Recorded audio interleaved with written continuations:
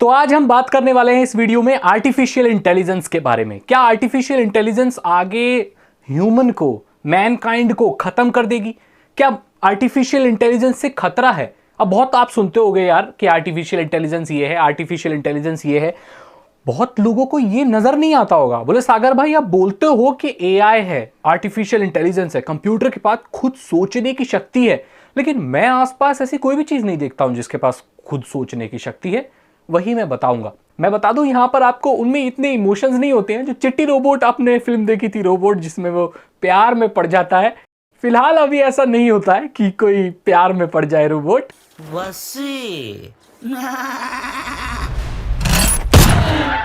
एक लॉयर तो कानून के हिसाब से ही चलता है, राइट? दलीलें रखता है कि इस कानून के हिसाब से मेरे इसने ये नहीं किया, मेरे इस क्लाइंट ने ये नहीं किया, या मेरे वकील ने ये नहीं किया, तो ऐसे करता है। वो कानून के हिसाब से करता है, फिक्स्ड सिलेबस है। और सेम गोज विद सीए, जो चार्टर्ड अकाउंटेंट होता है, वो भी यही करता है कि भैया उसको पता है, अकाउंटेंसी की सारी चीज़ें पढ़ी हुई हैं उसने लेजर बनाए हुए हैं, जर्नल एंट्रीज दी हुई हैं, सारी पढ़ ली हैं उसने, ठीक है, और ऑडिटिंग कर ली है, तो उस हिसाब से वो काम करता है। डॉक्टर भी जो छोटे मोटे काम होते हैं, मैं सर्जरी की बात नहीं कर रहा हूँ, हालांकि वो भी आगे रिप्लेस की जा सकती है, लेकिन छोटे मोटे खांसी जुकाम लक्षण देख के जो दवाइयाँ देती है, अमॉक्सिसिलिन दी जाती है, अमॉक्सिक्लाव दी जाती है, सिट्रोजिन दी जाती है, ये सारी जो चीज़ें दी जाती हैं, ये एक कंप्यूटर भी कर सकता है। इनको खतरा है, इनके जो काम है वो हटा के रोबोट्स आ जाएंगे, और ये सैलरी भी नहीं लेंगे, इनका खर्चा भी बहुत कम है, इनको सिर्फ बिजली चाहिए, थोड़ा सा मेंटेनेंस चाहिए, तो ये फायदे का सौदा है। तो आगे चलकर ये जॉब्स छीन लेगा। जहां पर कोई क्रिएटिव चीज आती है, कोई क्रिएटिव, जैसे हंसी मजाक के कोई चुटकुले बनाने, कोई आर्ट, पेंटिंग, कॉमेडी, ये सारी चीजें जो हैं वो नहीं रिप्लेस कर सकती आर्टिफिशियल इंटेलिजेंस। मेरी तरह जो टेक्नोलॉजी को आपको चीजें एक्सप्लेन की जाती है, इसको भी कंप्यूटर रिप्लेस कर सकता है, लेकिन मेरे ये चुटकुले और अंदाज कंप्यूटर कभी रेप्लिकेट नहीं कर सकता। खैर, ये तो मैंने आपको बता दिया किन लोगों की जॉब ये ले लेगा आगे चलकर। क्या ये मैनकाइंड के लिए खतरा है? फिलहाल तो नहीं, लेकिन आगे चलकर हो सकता है। वो कैसे? जब इसके पास इतनी सोचने की क्षमता आ जाएगी कि ये खुद अपने आप को और उन्नत बनाने लगेगा। आपको एज ऑफ अल्ट्रॉन मूवी याद आ रही होगी, जब खुद को उन्नत बनाने लगेगा तो शायद ये इंसान के लिए खतरा हो सकता है, लेकिन इंसान ने अभी इस लेवल के आर्टिफिशियल इंटेलिजेंस को डेवलप किया ही नहीं है, तो अभी कोई खतरा नहीं है, और आने वाले कई सालों में इस पर कोई भी खतरा नहीं है। अब मुझसे आपने बोला सागर भाई, कंप्यूटर खुद सोचता है और ये सारी चीजें आसपास कहां है? अब मैं आपको बताता हूं कि कैसे आप अपनी रोजमर्रा की जिंदगी में आर्टिफिशियल इंटेलिजेंस को देख रहे हैं, इस्तेमाल कर रहे हैं, लेकिन आपको पता नहीं है कि वो एआई है। सबसे पहले चलते हैं जीमेल। जी हां, आपके जीमेल इनबॉक्स में, जो आपके अभी फोन में जीमेल डला हुआ है, उसमें आर्टिफिशियल इंटेलिजेंस है। तभी तो वो हर तरह के मेल को अलग अलग सॉर्ट कर देता है कि कौन से प्रमोशन के हैं, कौन से सोशल के हैं, कौन से आपका इनबॉक्स है पर्सनल, कौन से स्पैम है, कौन से फ्रॉड वाले मेल हैं। ये आर्टिफिशियल इंटेलिजेंस, मशीन लर्निंग के द्वारा ही हो पाता है। अभी जीमेल का एक नया फीचर निकला है, स्मार्ट रिप्लाई।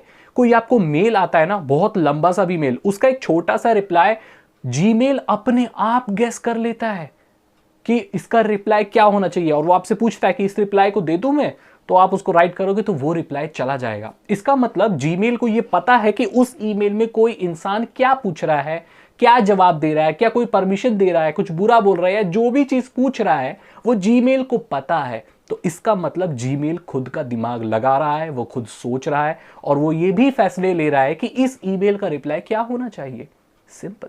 जब आप गूगल पर सर्च करते हो तो भी आर्टिफिशियल इंटेलिजेंस काम कर रहा होता है। जब आप फेसबुक को सर्फ कर रहे होते हो तब भी आर्टिफिशियल इंटेलिजेंस काम कर रहा होता है। आपको कौन सी पोस्ट नजर आएंगी, वो आर्टिफिशियल इंटेलिजेंस, मशीन लर्निंग और आपके इनपुट के द्वारा मशीन लर्निंग से ही पता लगाया जाता है कि आपको क्या चीजें फेसबुक पर पसंद है, कौन सी चीजों पर आप ज्यादा वक्त लगाते हो, ज्यादा देखते हो।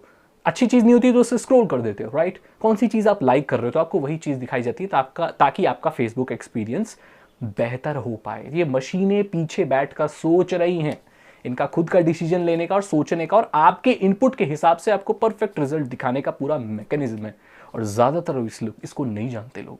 अगला एग्जांपल जो आर्टिफिशियल इंटेलिजेंस का है वो है सीरी और आपका गूगल असिस्टेंट। इसमें भी एआई काम कर रहा है। एआई के बहुत पावरफुल इंजन्स इसके बैकएंड में काम कर रहे हैं और आपको पता भी नहीं है।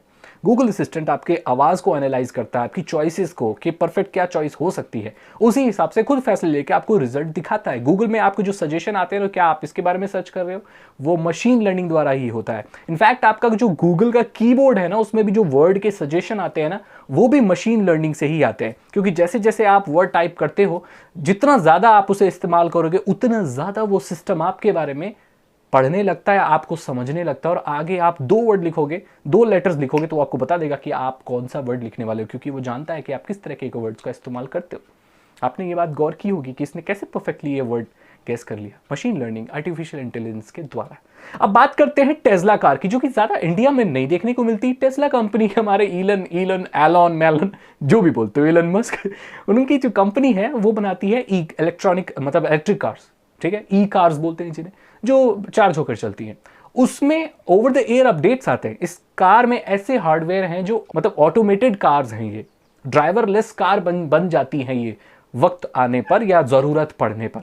जब कोई ड्राइवर सो जाता है तो ये कार अपने आप जाकर साइड में पार्क हो जाती है।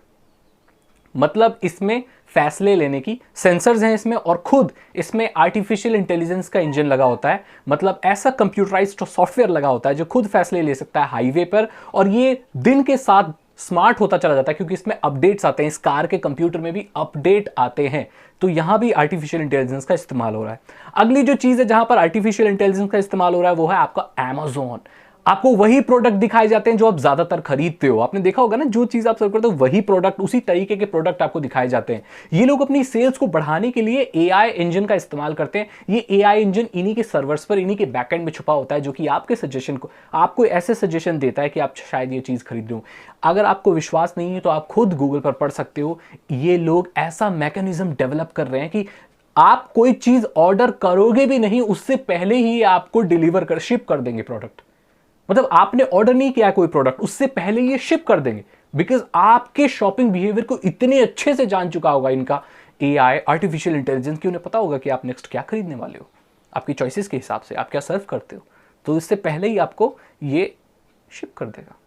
क्योंकि कई बार ऐसा होता है जब हम चीज़ खरीदने वाले होते हैं तो उसके आसपास ही उसको सर्व करते हैं, उसका प्राइस देखते हैं, उसे कंपेयर करते हैं, और आपको लगता होगा इसे मेरे को कौन देख रहा है। इनका सिस्टम सब देखता है, सब देखता है, और सब पता होता है। ये है एआई का एक बहुत ही बेहतरीन इस्तेमाल। तो यहां पर जितनी भी बड़ी बड़ी टेक कंपनीज हैं वो सभी इस्तेमाल कर रही हैं एआई को अपने फायदे के लिए, सेल्स बढ़ाने के लिए, अपने प्रोडक्ट्स को और ज्यादा स्मार्ट बनाने के लिए।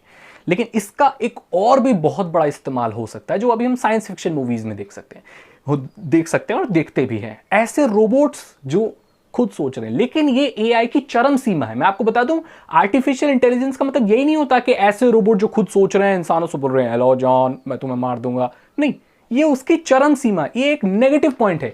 एआई बहुत फायदे की चीज है, आप कंप्यूटर से सोचने के लिए उसको प्रोग्राम कर सकते हैं, लेकिन उसका बहुत बुरी साइड, उसका एकदम चरम सीमा, एक टॉप लेवल होता है ना, जब कोई भी टेक्नोलॉजी अपने टॉप पर पहुंचती है, वो है जब कोई ऐसे रोबोट बनेंगे, ह्यूमनॉइड रोबोट्स बनेंगे, एंड्रॉइड बनेंगे, जो खुद सोच पाएंगे और फैसले ले पाएंगे, और शायद आगे चलकर वो इंसान के लिए नुकसान पहुंचा दे। फिलहाल आर्टिफिशियल इंटेलिजेंस कोई नुकसान नहीं है, मारेगी नहीं, और फायदे की चीज है। सभी लोग इसको, बड़ी बड़ी कंपनियां इस्तेमाल कर रहे हैं। अगर आपको ये वीडियो अच्छी लगी तो इसे लाइक करें, अपने दोस्तों के साथ शेयर करें। साइबर सिक्योरिटी और इथिकल हैकिंग में इंटरेस्ट है, डिस्क्रिप्शन चेक करें।